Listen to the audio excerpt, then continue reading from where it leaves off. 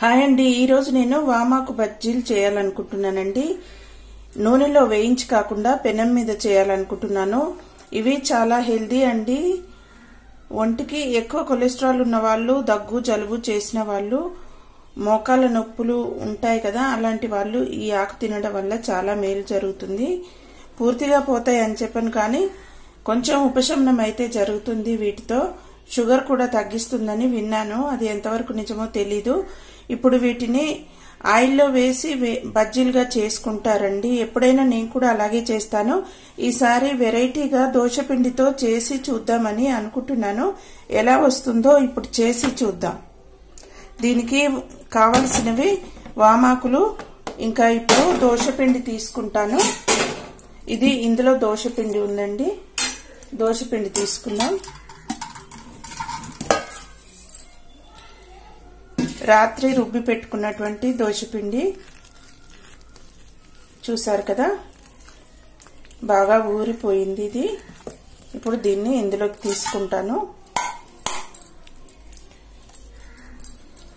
మనకు ఎంత కావాలో అంత తీసి పక్కకు పెట్టుకోవాలి. ఇప్పుడు ఇందులో కొంచెం అల్లం వెల్లుల్లి పేస్ట్ వేసుకుంటున్నాను. అలాగే కొంచెం చిటికెడే సోడా ఉప్పు వేసుకుంటున్నాను. 1/2 స్పూన్ వరకు ఉప్పు, 1 స్పూన్ వరకు కారము, 1/2 స్పూన్ వరకు మసాలా, ధనియా పౌడర్, ఇంకా మసాలా కలిపినది. ఇప్పుడు దీన్ని బాగా కలిసేలాగా కలుపుకోవాలి. కొంచెం పసుపు కూడా వేసుకుంటున్నాను. ఇప్పుడు దీన్ని బాగా కలిసేలాగా కలుపుకుంటాను. మరి చిక్కగా ఉంది, కొంచెం వాటర్ వేసుకుంటాను.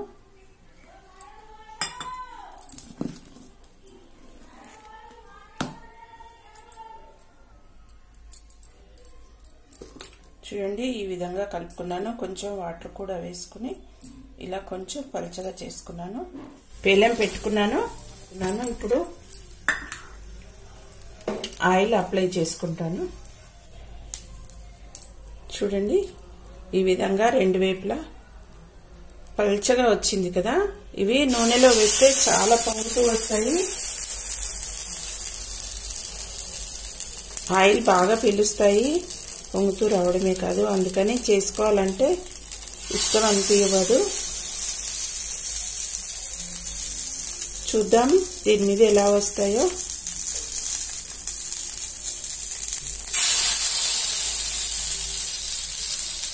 ఇంట్లో ఆకులు చాలా ఉన్నాయి. వీటిని ఏం చేయాలని ఆలోచించి ఈ విధంగా చేస్తున్నాను. మనం వెరైటీగా అప్పుడప్పుడు దోశలు కాకుండా ఈ విధంగా చేసుకుంటూ ఉంటే పిల్లలు కూడా ఇష్టంగా తింటారు. ఇలా చేపిస్తే వాళ్ళకు బాగా ఇంట్రెస్టింగ్గా ఉంటుంది.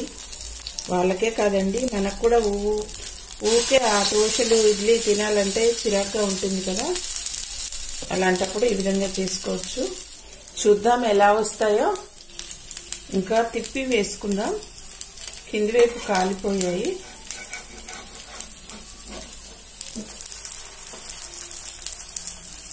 ఎంత పల్చగా వేసాం పిండి, చూసారా, చక్కగా పట్టింది. ఒక్కొక్కటిగా తీసివేస్తాను. చూడండి, ఈ విధంగా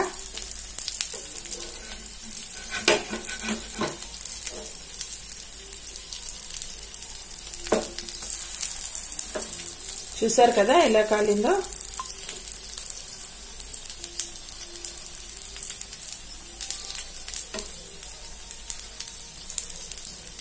ఆయిల్లో వేస్తే చాలా ఆయిల్ లాగుతుందండి.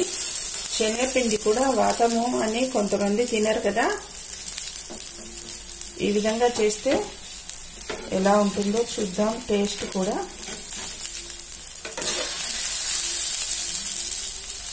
చక్కగా పొంగింది. చిటికెడు మనం సోడా ఉప్పు వేసాము, ఇంకా పులిసిన పిండి కదా, అందుకని అనుకుంటా చాలా బాగా పొంగాయి. చూడండి, అస్సలు ఆయిలే లేదు. ఈ బజ్జీలు ఆయిల్లో వేసినప్పుడు చేతికి చాలా ఆయిల్ అంటుతుంది. మనం కొంచెమే ఆయిల్ వేసుకున్నాం కదా, ముందుగా వేసిన ఆయిలే, ఇంకా మళ్ళీ వేయట్లేదు. ఆయిల్లోనే వేగి ఇంకొంచెం ఆయిల్ కూడా పెనం మీద మిగిలేలా ఉంది.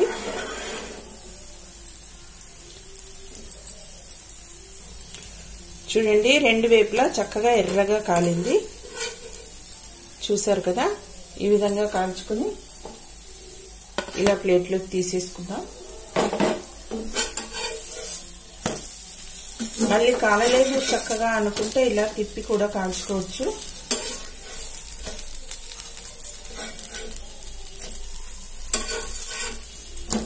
ఇలా చూసుకోవచ్చు, చక్కగా కాలింది రెండు వైపులా.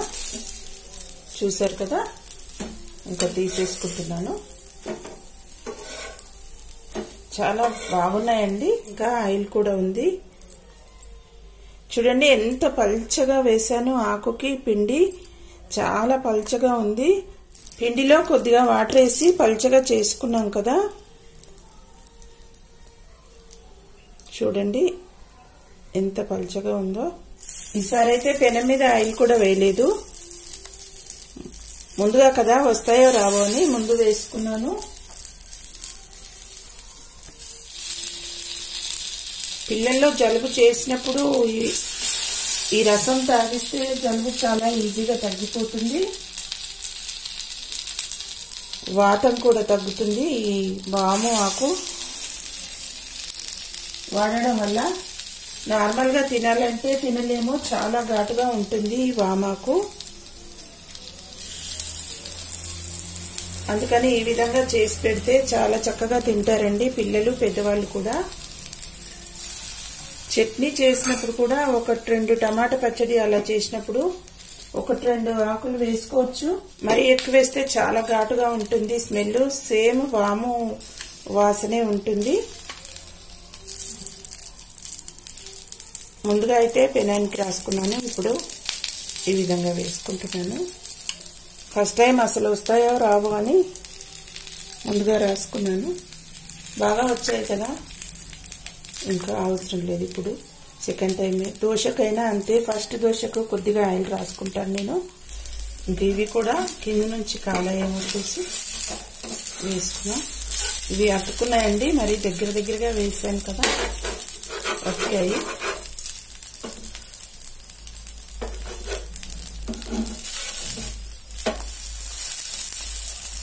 చూడండి ఎంతలా పొంగాయో, చూసారు కదా.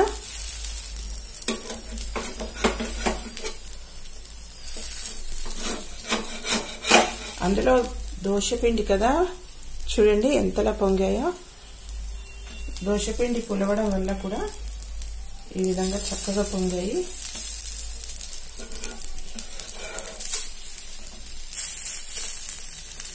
ఈ విధంగా హెల్తీగా చేసుకొని తినడం చాలా మంచిదండి.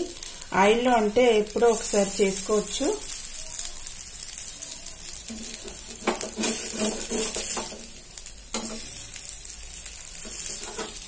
ఒకసారి ఆయిల్లో కాకుండా ఈ విధంగా చేసుకోవడం వల్ల హెల్త్కు మంచిది.